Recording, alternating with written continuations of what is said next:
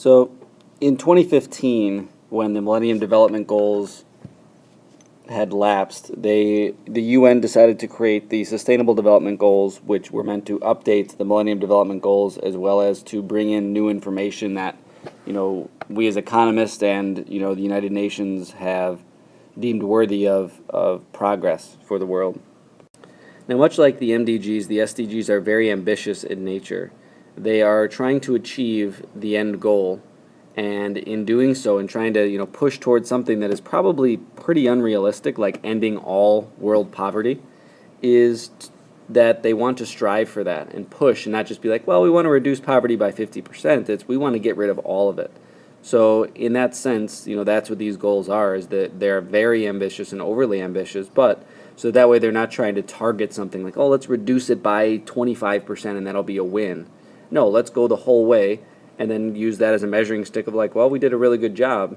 We didn't end it all the way, but we improved drastically instead of just being happy with 50%, reduced poverty, to try to reduce all of it. And again, the Sustainable Development Goals aren't out there by any means. A lot of them are very logical in terms of what they are. There are more goals in the SDGs than there were in the MDGs. So we start with the idea that we want to end world poverty. We want there to be zero hunger, good health and well-being overall, quality education, gender equality, clean water and sanitation, affordable and clean energy, decent work and economic growth, industry innovation and infrastructure, reduced inequalities, sustainable cities and communities, responsible consumption and production, climate action, life below water, life on land, peace, justice, and strong institutions, and partnerships for the goals.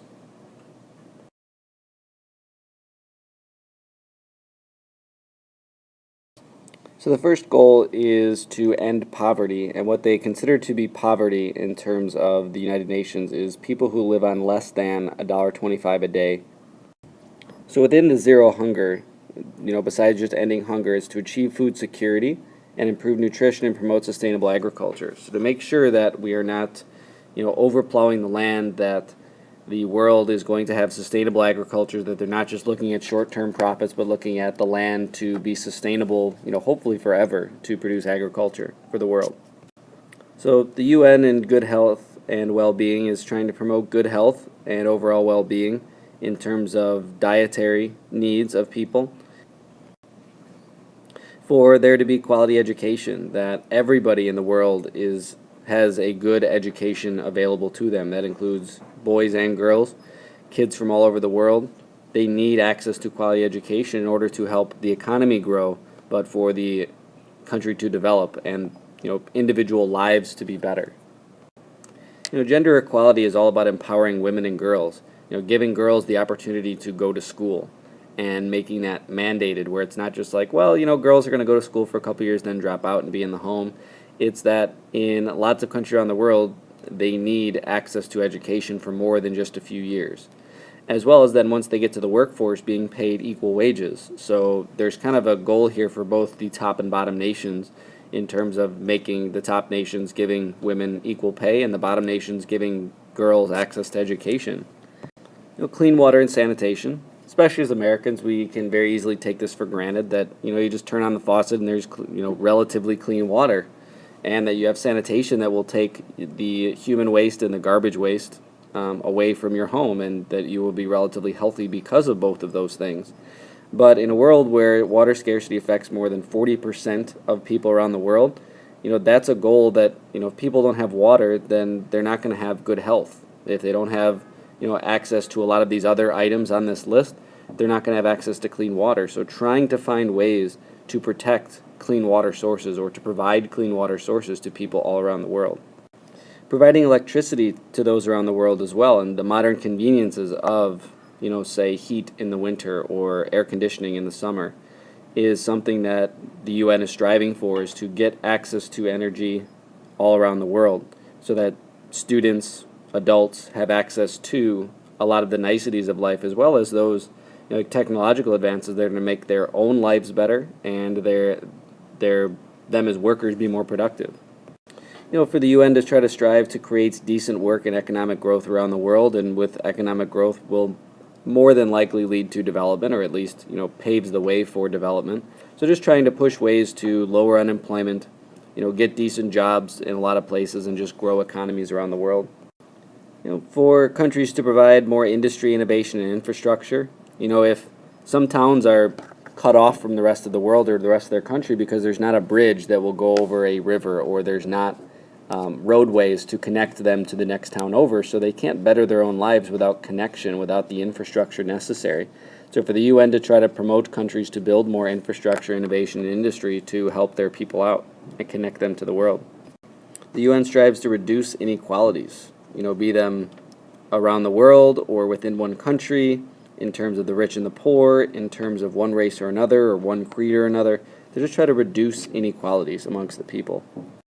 As you may have noticed, sustainability is a big piece in the Sustainable Development Goals, and to try to make civilization become more sustainable, that we are not just creating more and more and producing more and more, that we're doing so with the future in mind, that in production or in consumption, we're not just tearing apart the environment, that we're making products, goods, and services sustainable, so that our kids and their kids and the generations to follow are going to have the production methods and the basic necessities of life. Which goes along with number 12, responsible consumption and production. They're just trying to find ways to be responsible with how we consume and produce, so that we don't ruin the environment for future generations. To promote governments to think about climate action, saving the environment, because if we torch the economy in America, it's going to affect everybody. And likewise, if everybody's thinking like, well, it's going to be somebody else's problem, and it's not just me, that countries really need to band together to help in climatic situations such as not just earthquakes, tsunamis, but also in global warming.